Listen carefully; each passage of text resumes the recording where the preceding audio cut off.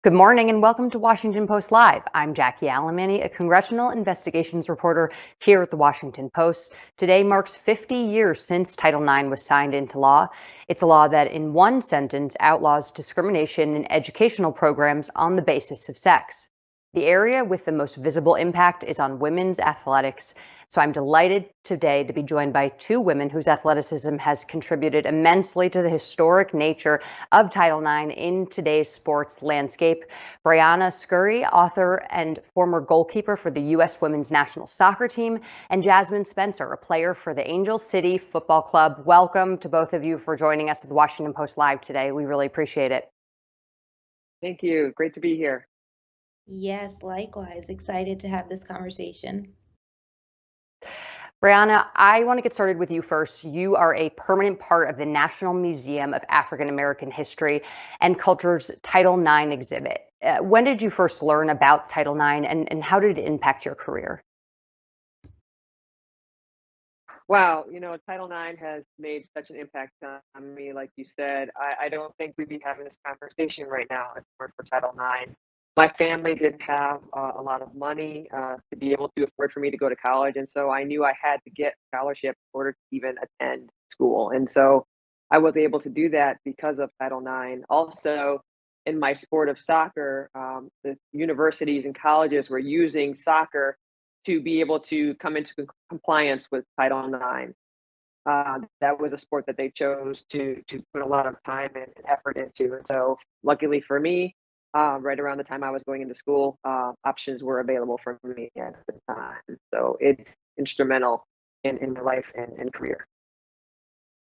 And Jasmine, last month, the men's national team and women's national team came to a collective bargaining agreement that ensures true equal pay. Can you talk to us a little bit about the significance of this agreement and how it's a symbol of the progress started by Title IX today?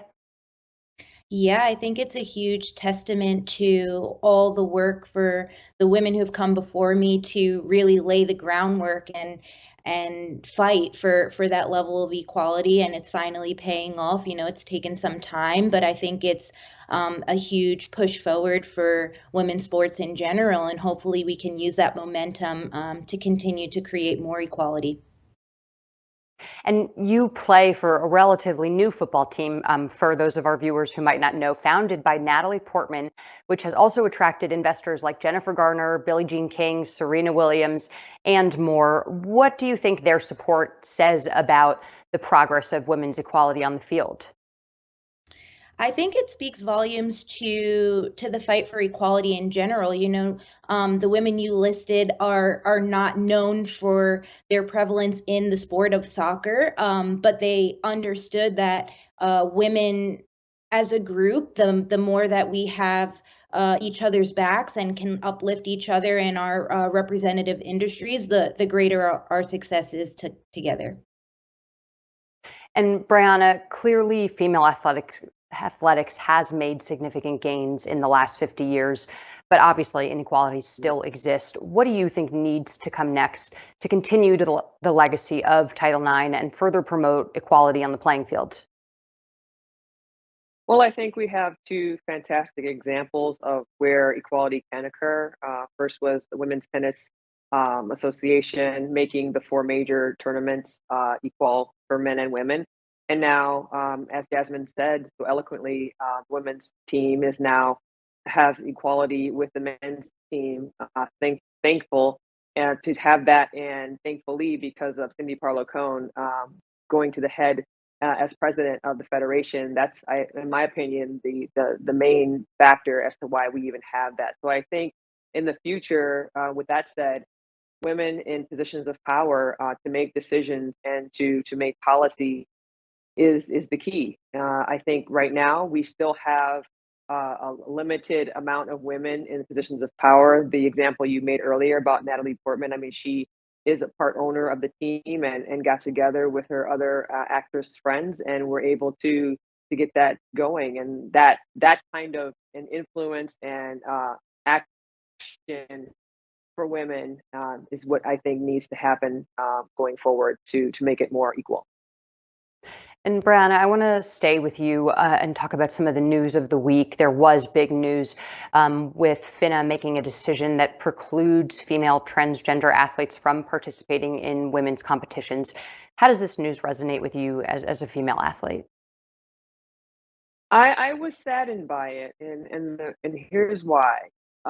When an individual makes a decision such as this, to feel and they know that they are not the gender that they feel and know they are, there's so much that goes into that decision. And I feel that this ruling is almost saying to that individual, you are only doing this to seek advantage.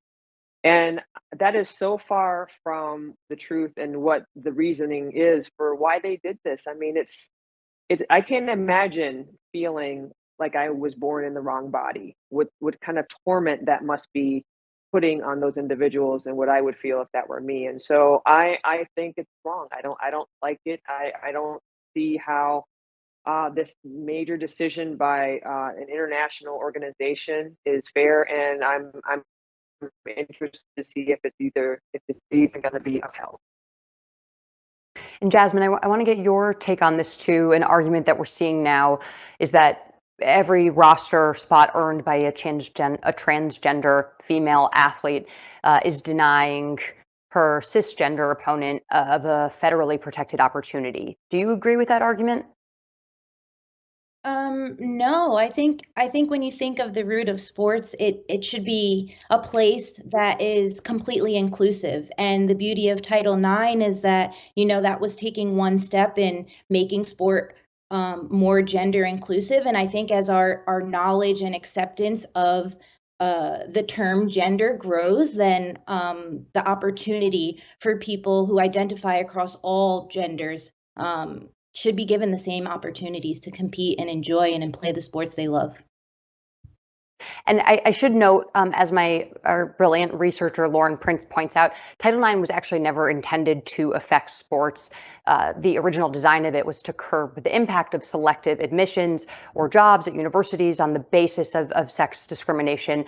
But extracurricular sports quickly became a part of that and a component of the interpretation. So I'm wondering, Briana, in light of that, where Title IX is somewhat of a living law that remains a vital piece of the ongoing push for equality, including in the LGBTQ community, where you see the next great push for equality on the playing field?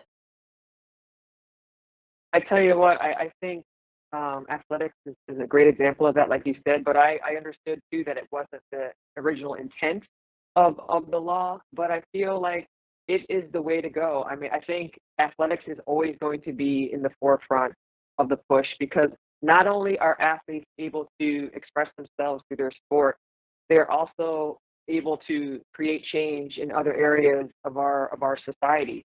And I think forever athletes and athletics will be in the forefront of change. And with this law, being predominantly shown and felt through athletics, I don't see how that's actually ever going to change. I think that's always going to be the case. And Jasmine, to quote Billie Jean King, she said that you can never understand inclusion until you've been excluded. What do you think that the resolution is here for transgender athletes?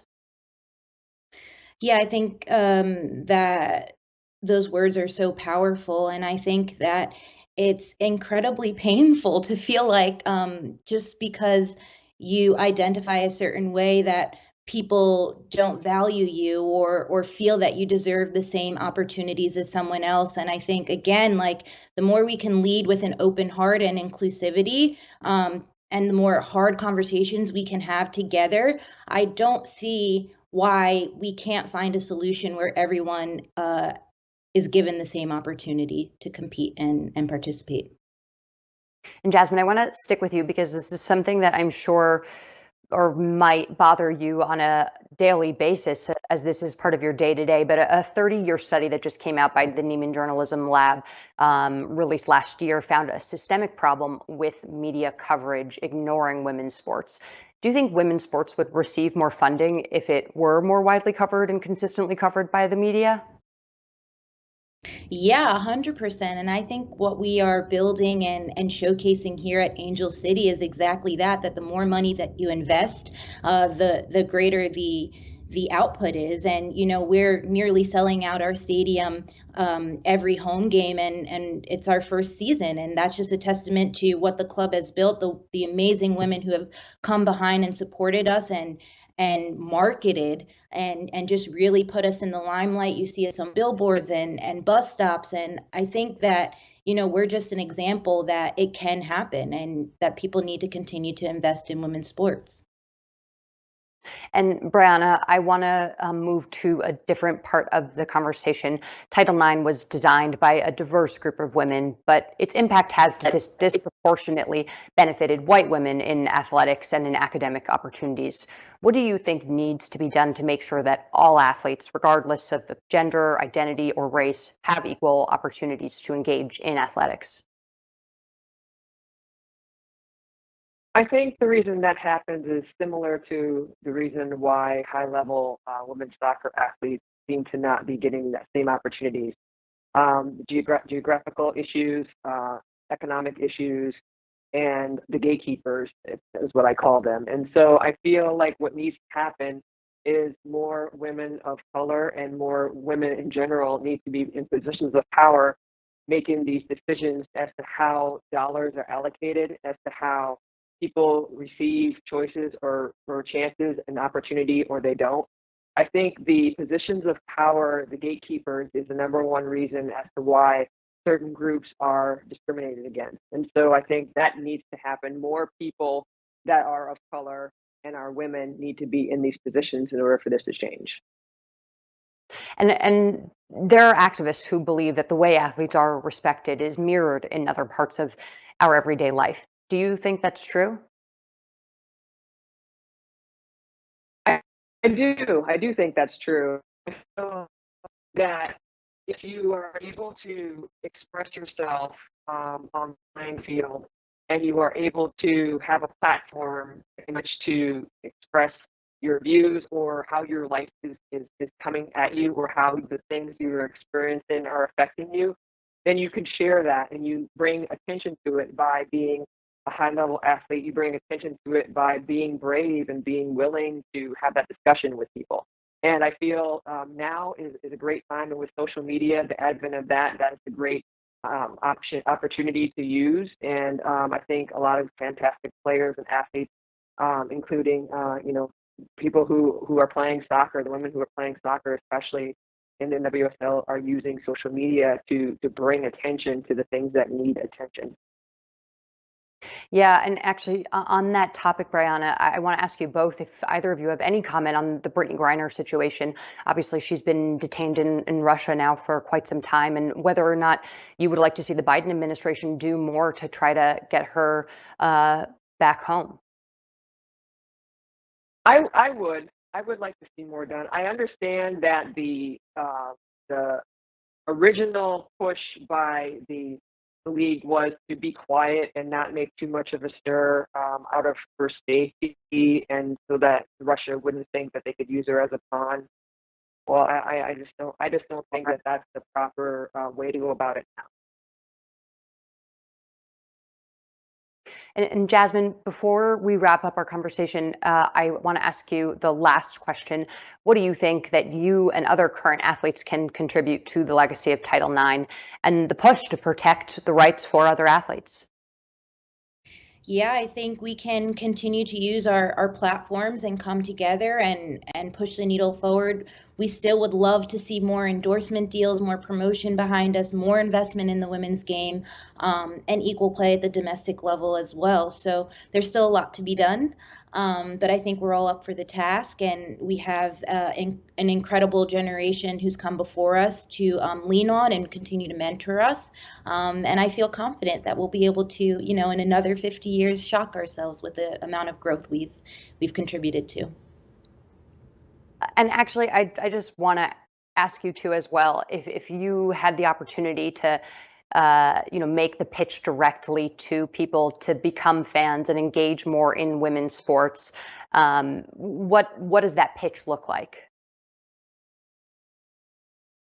Well, all I can say is look at players like Jasmyne. I mean, she is incredibly dynamic. She's a fantastic player and obviously is well in tune to what the sport needs. And I think the event and the experience is one that you can't find anywhere else. Women's athletics are family friendly. They are, exciting.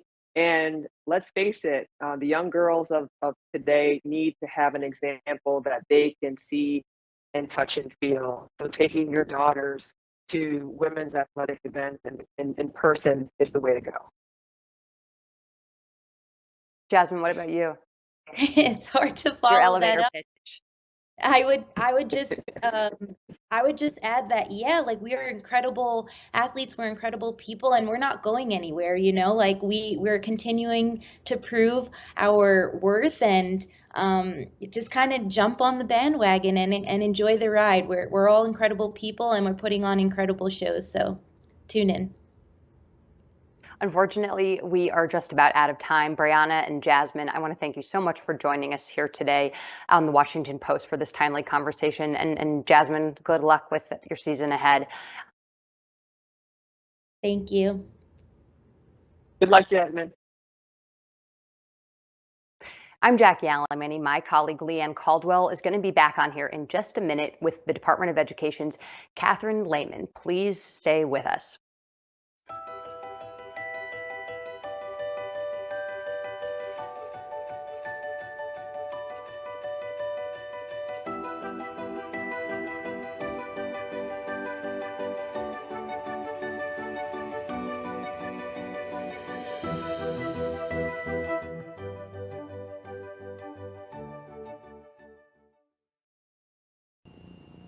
Hello, I'm Ruth Umo, Leadership Editor at Fortune.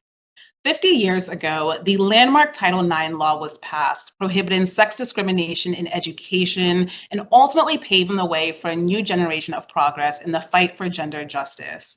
I'm joined today by Emily Martin and Shivali Patel from the National Women's Law Center to discuss the next era of Title IX and what it means for students to learn with safety, dignity, and equality. Welcome to you both. Thank you so much for joining us. Thank you. Thank you. Of course. Let's jump right into things. Getting access to reproductive care, including the right to abortion, is a hugely critical part of a student's ability to learn. That right is being decimated at both the federal and state level.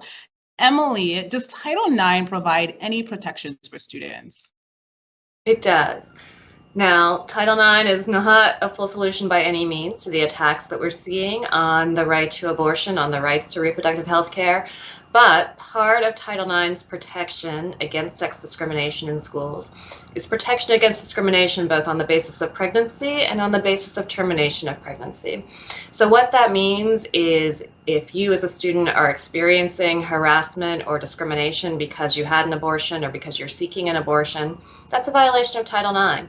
If a school administrator is retaliated against you because they know you've had an abortion, if they're refusing to excuse absences that would be excused for any other sort of medical procedure, that's a violation of Title IX. So there's an important framework of rights that Title IX provides in the midst of this really scary time around reproductive access. Thank you. And related to that is the fact that Title IX has been a cornerstone for the protections that student survivors of sexual assault and harassment have historically been able to access. But we know that there's still so much more that can be done, including by the current administration. Shivali, talk to us about that. Sexual violence in schools has been consistently prevalent for years, and it has a significant impact on students, which for many includes dropping out of school altogether. And so for decades, the U.S. Department of Education has recognized that there are civil rights protections for survivors under Title IX. And as a result, steps that schools have to take to address sexual harassment meaningfully. But unfortunately, the Trump administration rolled back these protections, many of which that have been in place for decades, when Betsy DeVos was Secretary of Education, and they replaced it with a new rule, a new Title IX rule, in 2020 that significantly weakened protections and just further rolled sexual harassment under the rug. And so when President Biden came into office, he promised that he would review these Title IX rules and address how they could better protect students. And so now we're expecting the current administration to take steps to undo the harms caused by the former administration. Absolutely. And Shwali, I'd like to expand beyond that piece and look ahead to the next era of Title IX. What other challenges and opportunities are currently top of mind for you? So one challenge that we've been seeing more and more of is this growing backlash against strong civil rights protections under Title IX, and a backlash that has been led mostly by fringe groups, men's rights advocates, who, in response to more enforcement of Title IX, especially under the Obama administration, have responded with retaliation against student survivors by the filing of retaliatory cross complaints or defamation lawsuits or reverse discrimination suits, all to silence survivors and meant to distract us from the real issue. And similarly, we're seeing a backlash against strong Title IX protections for LGBTQI+ students, especially trans students who are already so vulnerable to discrimination and harassment. And this backlash is often led by powerful and well-financed right-wing groups and has contributed to the unprecedented amount of state laws and policies that we've seen this year targeting trans students. But I do see as an opportunity this rulemaking that the Biden administration is planning to undergo to change the Title IX rules. I see it not only as an opportunity to restore protections addressing sexual harassment, but to also solidify protections for LGBTQI+ students. Yeah, there's certainly an opportunity to do more there. Emily, it seems as though everywhere we look, there's a story about efforts to curb diversity and inclusion learning in schools, from anti-critical race theory work to anti-trans sports, and even a book banning. What do you think is fueling this rhetoric?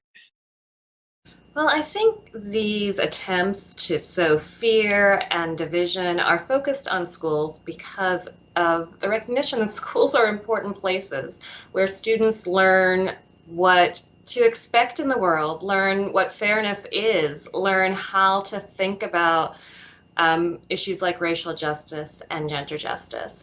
It's precisely because that Title IX and other legal protections have been so transformative that we are seeing this backlash and this attempt to roll back the clock, and this attempt to sow what is really a false narrative that somehow civil rights must come at the expense of somebody else, that it's a zero-sum game.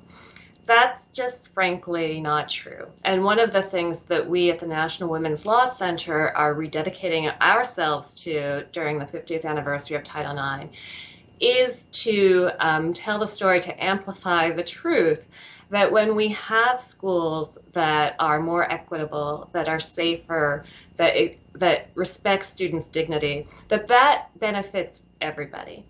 That's really the lesson in the story of Title IX. Lovely.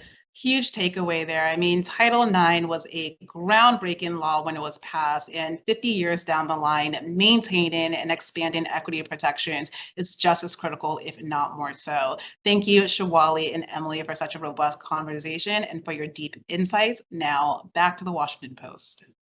Thank you.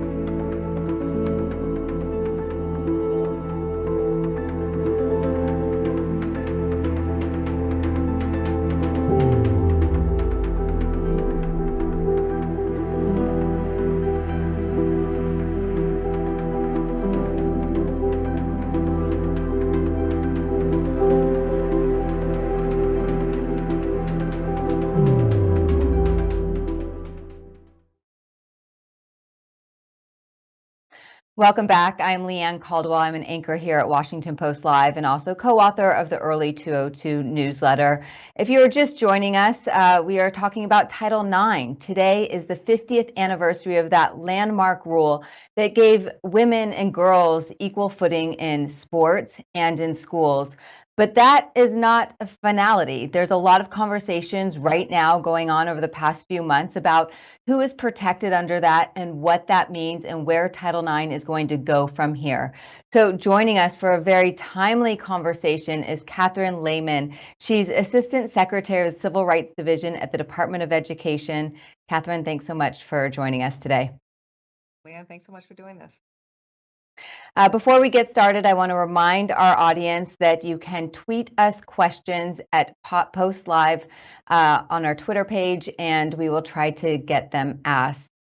So, Catherine, we are talking just after your department, the Biden administration, unveiled new rules or proposed rules for Title IX, I should say, to ensure that Title IX not only protects against sex discrimination, but also gender identity and sexual orientation. So essentially transgender children, LGBTQI children as well. Can you talk to me a little bit about the importance of this and what this actually could do if it goes through? Sure.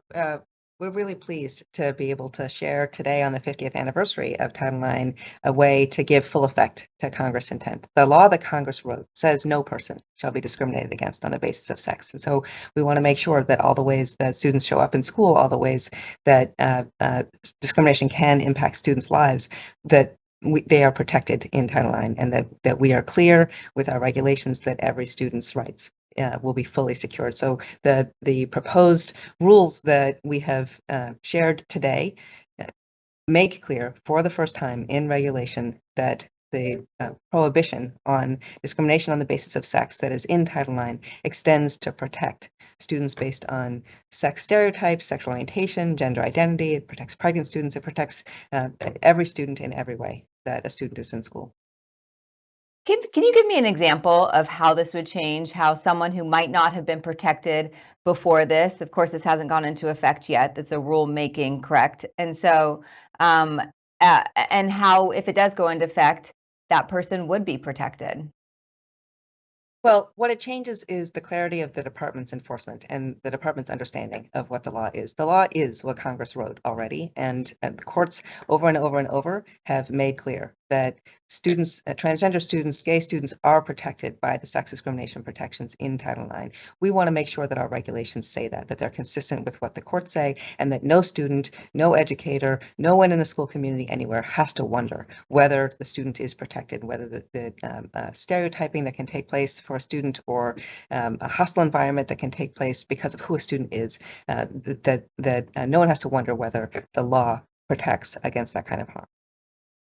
What sort of impact do you think that this will have in schools around the country, and what sort of pushback do you think that the Department of Education and the Biden administration will receive? Well, we're looking forward to comments, and that these are proposed rules, and so we're inviting people to share their views. And so to the extent that people have pros and cons that they want to share, we'd like to hear what they are. In the main, our expectation is that students will know the president, the federal government has their back, that we are clear about ensuring that non-discrimination is the law, and that should be their lived experience at the desktop in their schools every day in every part of the country. That's what we come here for. That's what it is our job to protect, and we want to make sure that no one is unclear about the ways that this law that is now 50 years old extends to the practices that take place right now in schools. So the last Secretary of Education under the Trump administration, Betsy DeVos, she told Fox News just earlier today that this is a bridge too far, that it redefines gender. What is your reaction to that? Well, Congress wrote the law, and the law is no person shall be discriminated against on the basis of sex. We have to give full effect to the law that Congress wrote, and I think that Congress, in its wisdom, understood exactly what it was doing. And I believe as a mother, I believe as the chief civil rights enforcer in the nation's schools, and I believe as a former student, that each one of us should be able to go to school expecting that we will be respected and valued for exactly who we are, and that our schools will be ready for us. In this, are there going to be any changes to the Trump administration, a sexual misconduct rule that they put in that gave the accused a lot more rights and made it much more difficult for victims to challenge their sexual assault or harassment at school? The proposed rules that we issued today say the ways that we would make changes to the existing Title IX regulations and the ways that we will give full effect to the law, including with respect to sex discrimination, sex assault, and sex-based harassment in school. We absolutely retain protections for all parties involved in investigations, and fair process is a crucial component of equity and the equity component in Title IX. And we want to make sure that schools understand their obligation to make sure that every student is safe to come forward, that every student can be safe to learn in school, and that schools have an obligation to address all the forms of sex discrimination and to better give complete effect to the law as Congress wrote it to ensure students' safety in school. So we are eager to find ourselves in a new place that gives full and complete effect to the statute with our regulations. So just to clarify, are you rolling back the Trump administration rule? We're proposing necessary changes to do more to ensure student safety in school and to ensure that schools fulfill the comprehensive obligation that Congress wrote. These are proposals. If these proposals become final, they would make material and important changes to the regulations to do what Congress demanded that this department does to enforce Title IX. Well, what are those changes? I think they were trying to understand, because it gave a lot of due process to the accused under the Trump administration. So what would this do differently? Well, certainly we would retain required due process. We would retain required fair process for all students. That piece will be unchanged. But for example, the current regulations require schools to dismiss complaints that come to them in particular circumstances rather than to investigate them. We think that's wrong. We think that schools should be investigating the allegations that students raise. The current rules would require that students in colleges and universities report only to particular people, and then only if they report to those people does the school have an obligation to act. We think it's important for schools to address discrimination that may be occurring in their educational programs, period, and that we shouldn't be narrowing the school's obligation to investigate. Likewise, the current rules require that schools not address hostile environments that exist in their schools if the original conduct that contributed to that hostile environment took place off campus or took place outside the United States. That's inconsistent with the law. And so we want to make sure that schools are fully ensuring that their students are safe and are able to enjoy learning and focus on the education that they're there to receive. The administration declined to make any changes to the athletic component of this and said perhaps at a later time. Why not now? I do want to correct that. We didn't say perhaps at a later time. We have committed that we will engage in a separate rulemaking that will begin to address specifically the issue of eligibility to participate in male and female teams.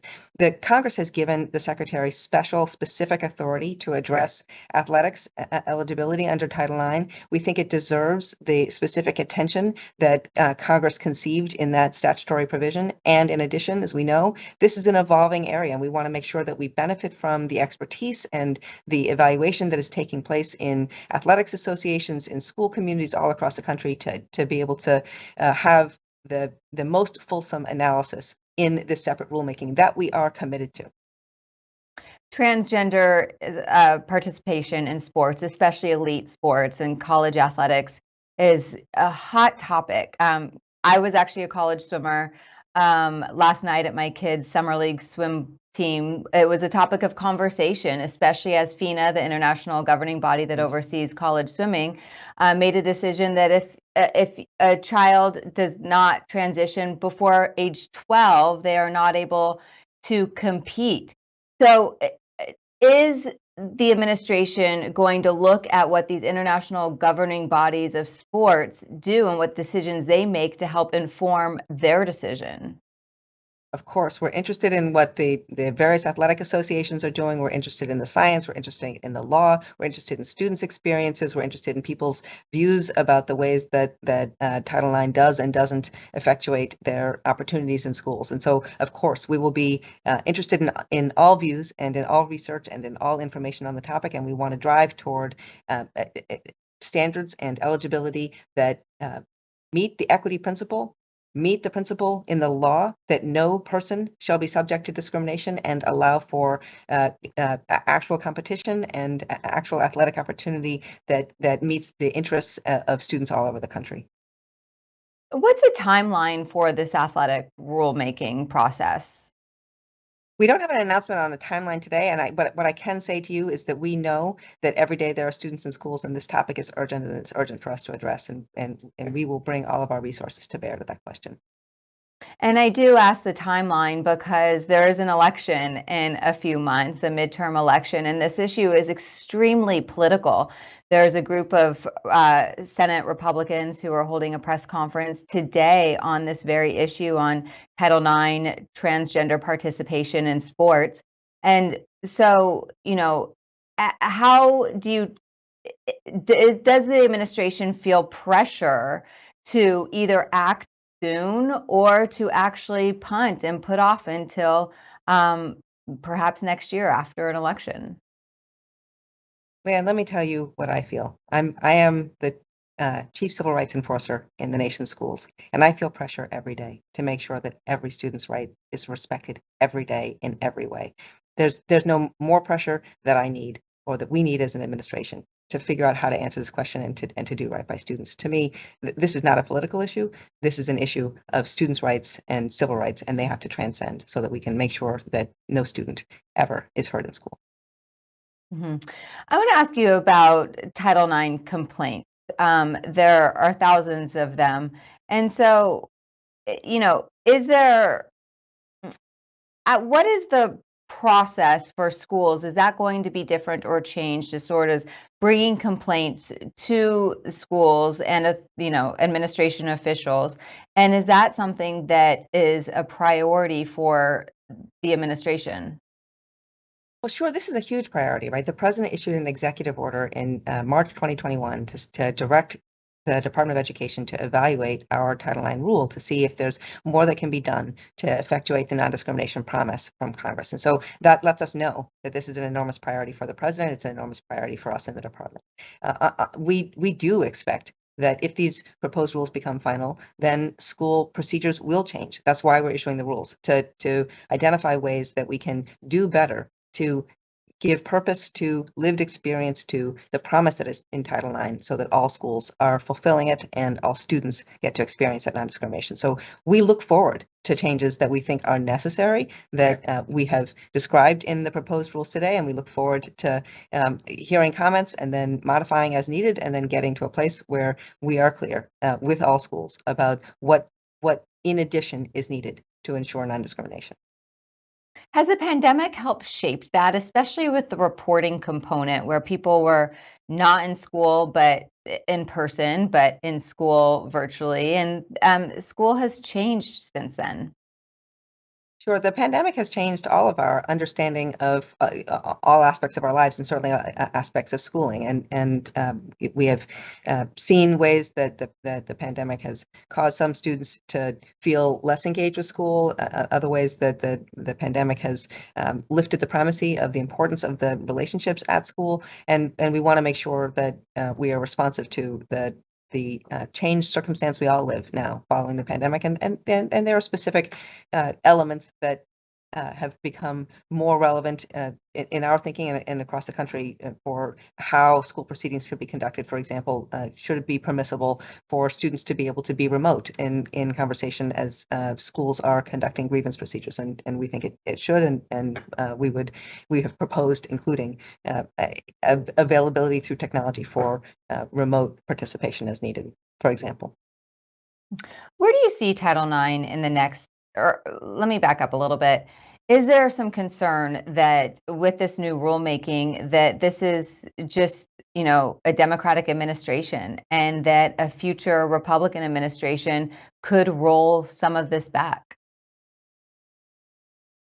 You know, I want to say my hope is that all of us going forward will actually give full effect to what Congress promised us 50 years ago. It's a beautiful set of promises. It's the transformation that it has wrought has been amazing for students across the country and for the experience of people who have graduated from school and moved on in their lives, living the promise of equity. So that is astonishing, amazing, such a gift to us, and we should be expanding and we should be moving forward. It is my hope that any administration would do right by students. It is my hope that the civil rights promises from Congress will actually be the things that any administration would be moving forward. I am in this administration and I can commit to what this administration will do, and we will have absolute fealty to the law. Will Congress need to appropriate new money to ensure that these components are implemented? The components in Title IX, the requirements that are there are already there, and the things that we would include in our proposed rules are things that schools can do within their existing budgets, and we try to be very, very thoughtful about the challenges that school administrators have to be able to do their jobs and to ensure students' rights. You know, there's protests, there are rowdy school board meetings across the country about some of these issues. Not only, you know, of course, the critical race theory, but also separately, you know, gender, the Don't Say Gay bill in Florida. How will this impact those Republican? Will this impact what conservative Republican states are implementing around the country or trying to?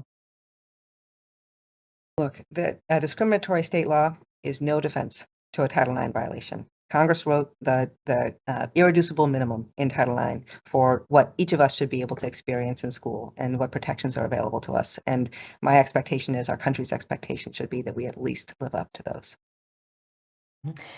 And relatedly, you know, I mentioned critical race theory. It's not necessarily Title IX, but I'm assuming it comes under your division. Is there any sort of clarity that the administration is trying to put out or to protect a lot of these schools of implementing a curriculum that they want, regardless of the pushback of, you know, that there's a lot of pushback in a lot of these school districts?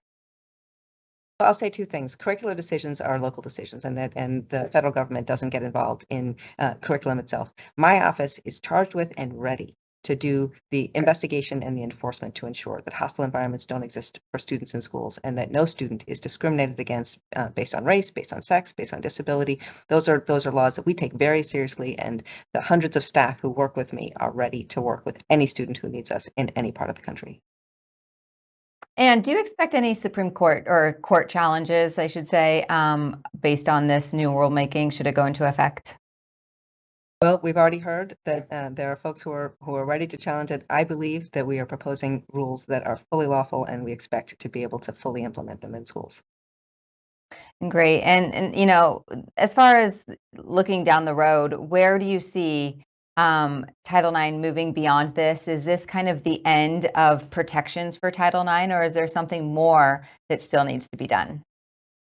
Every year, there are new students who go to school. Every year, there are new ways that students might be discriminated against. And what we've seen over these first 50 years of Title IX is that justice isn't a destination that you reach, you check the box, and you move on. It's always work to make sure that we live up to our deals. And we will always be ready to ensure that every student is fully protected. So nobody's going anywhere in the Department of Education, and we are ready to help students in schools all across the country.